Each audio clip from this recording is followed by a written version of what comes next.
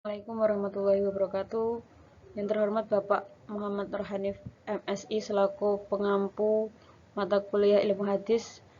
Perkenalkan, nama saya Hairulis Briantias, nomor induk mahasiswa 23811131115, kelas A29.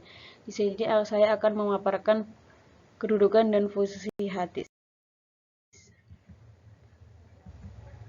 Kedudukan hadis dalam Islam tidak dapat diragukan lagi karena terdapat penegasan yang banyak baik di dalam hadis Nabi Muhammad SAW sendiri, yaitu sebagai berikut: nomor 1 dari Al-Quran, nomor 2 dari hadis Rasulullah SAW, nomor 3 petunjuk akal, dan yang terakhir ijma ulama. 1. Dalil Al-Quran. Banyak sekali ayat-ayat yang menjelaskan tentang wajib mengikuti Allah yang digandengkan dengan ketaatan mengikuti Rasulnya. Di antaranya yaitu, katakanlah, taatilah Allah dan Rasulnya, jika kamu berpaling maka sesungguhnya Allah tidak menyukai orang-orang kafir. Surat Ali Imran ayat 3.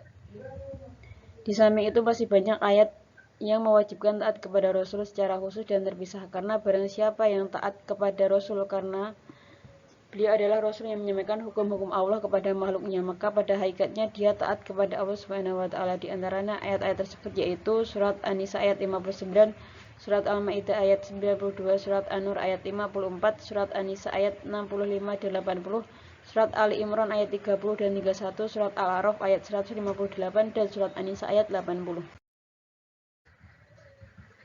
2. Dalil hadis Rasulullah SAW. Di samping banyak ayat Al-Quran yang menjelaskan kewajiban mengikuti semua yang disampaikan Nabi, banyak juga hadis Nabi SAW yang menegaskan kewajiban mengikuti ajaran-ajaran yang dibawa oleh Nabi SAW, yaitu sebagai berikut. Artinya, aku tinggalkan dua pusaka pada kalian. Jika kalian berpegang kepada keduanya, niscaya tidak akan tersesat, yaitu kitabnya Allah, maksudnya Al-Quran, dan sunnah Rasul al-Hadis. Hadis riwayat Al-Hakim. Hadis-hadis tersebut menjelaskan bahwa berpegang teguh pada hadis itu wajib sebagaimana berpegang teguh pada Al-Quran. Ketiga, ijma ulama. Umat Islam telah sepakat menjadikan hadis sebagai salah satu dasar beramal karena sesuai dengan yang dikehendaki Allah.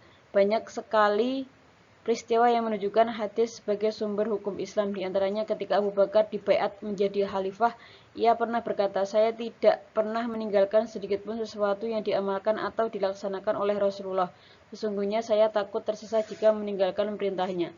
Saat Umar berada di depan Hajar Aswad, ia berkata, "Saya tahu bahwa engkau adalah batu. Seandainya saya tidak melihat Rasulullah menciummu, maka saya tidak akan menciummu." Nah, karena si Umar ini melihat Rasulullah mencium Hajar Aswad, maka si Umar juga melakukan seperti yang dilakukan oleh Rasul. 4. Petunjuk akal. Nabi Muhammad SAW merupakan Rasul yang telah diterima dan diakui oleh umat manusia. Secara logika mengharuskan kita untuk mentaati dan mengamalkan ajaran Rasul baik dari Al-Quran maupun hadis. Fungsi hadis terhadap Al-Quran. Al-Quran diturunkan oleh Allah Subhanahu wa taala bagi umat manusia agar dapat dipahami isi kandungannya. Rasulullah diperintahkan untuk menjelaskan isi kandungannya melalui hadis-hadisnya.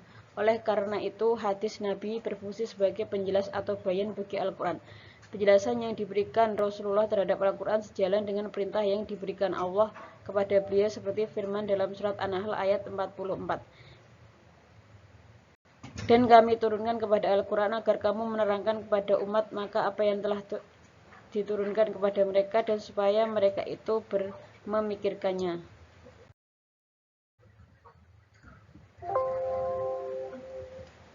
Berikut ini adalah bagian dari macam-macam hadis sebagai bayan Al-Quran secara terperinci, yaitu dibagi menjadi 5.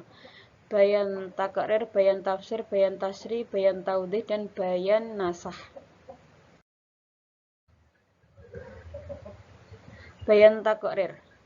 Bayan takrir adalah salah satu fungsi hadis sebagai penjelas Al-Quran. Fungsi ini bertujuan untuk menetapkan, memperkuat, dan memperkokoh apa yang telah dijelaskan dalam Al-Quran. Bayan takrir disebut juga bayan al-takif dan bayan al-isbat. Berikut adalah beberapa contoh bayan takrir. Tidak diterima sholat seseorang yang berhadas sebelum dia berwudu. Rasulullah bersabda bahwa tidak diterima sholat seseorang yang berhadas sebelum dia berwudu. Tentang hukum pencurian, Rasulullah SAW mengajarkan hukum pencurian dan memberikan contoh situasi di mana penggunaan Al-Quran sebagai dasar hukum Dalam Al-Quran, Allah memerintahkan hukuman orang yang mencuri adalah memotong tangannya. Namun ayat ini masih bersifat umum sehingga perlu diperjelas oleh Nabi Muhammad SAW. Rasulullah pun memberikan batasan bahwa yang dipotong hanyalah mencapai pergelangan tangannya.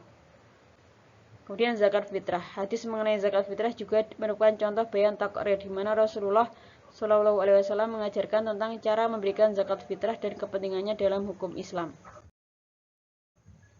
Bayan tafsir. Bayan at-tafsir adalah salah satu fungsi hadis yang berfungsi untuk memperjelas dan menafsirkan isi Al-Quran. Berikut ini adalah beberapa contoh bayan at-tafsir. Keharaman menikahi seorang wanita bersama bibinya secara bersamaan.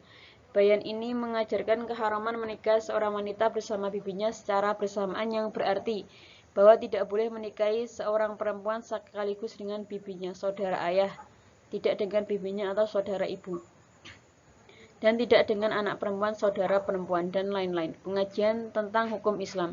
Bayan at-tafsir juga mengajarkan tentang hukum Islam dan cara terapkan dalam kehidupan sehari-hari. Misalnya, bayan ini dapat mengajarkan tentang cara berpraktek agama seperti menghargai wali Islam dan memberikan penanganan kepada orang yang membutuhkan. Bayan tasyri. Yang dimaksud bayan tasyri adalah mewujudkan suatu hukum atau ajaran-ajaran yang tidak didapati dalam Al-Quran atau dalam Al-Quran hanya terdapat pokok-pokoknya saja. Berikut adalah contohnya. Ketetapan hukum tentang laki-laki yang memakai emas dan sutra seperti yang diterangkan dalam ayat berikut. Perkara ini atau memakai emas dan sutra diharamkan bagi umatmu yang laki-laki dan dihalalkan bagi yang perempuan. Hadis riwayat Baihaqi. Menurut Ibnu Qayyim, hadis-hadis berupa tambahan terhadap Al-Quran merupakan kewajiban atau aturan yang harus ditaati, tidak boleh menolak atau mengingkarinya, dan hal tersebut bukan berarti Rasulullah SAW mendahului Al-Quran, melainkan semata-mata karena perintahnya Allah Subhanahu wa Ta'ala. Bayan taudih. Bayan taudih adalah salah satu contoh hadis yang berfungsi sebagai bayan at-taudih, penjelas terhadap Al-Quran. Adalah hadis yang menjelaskan tafsir atau perincian terhadap isi Al-Quran yang masih bersifat umum, mujmal, serta memberikan batasan-batasan atau persyaratan pada ayat-ayat yang bersifat mutlak atau taqyid. Dan yang terakhir yaitu bayan nasakh.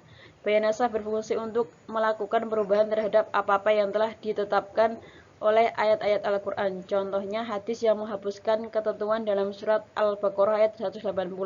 Hadis ini menjelaskan tentang bagaimana cara berkomunikasi menggantikan suara panggilan dengan cara yang lebih baik, dan juga hadis yang menghapuskan ketentuan dalam surat Al-Baqarah ayat 180.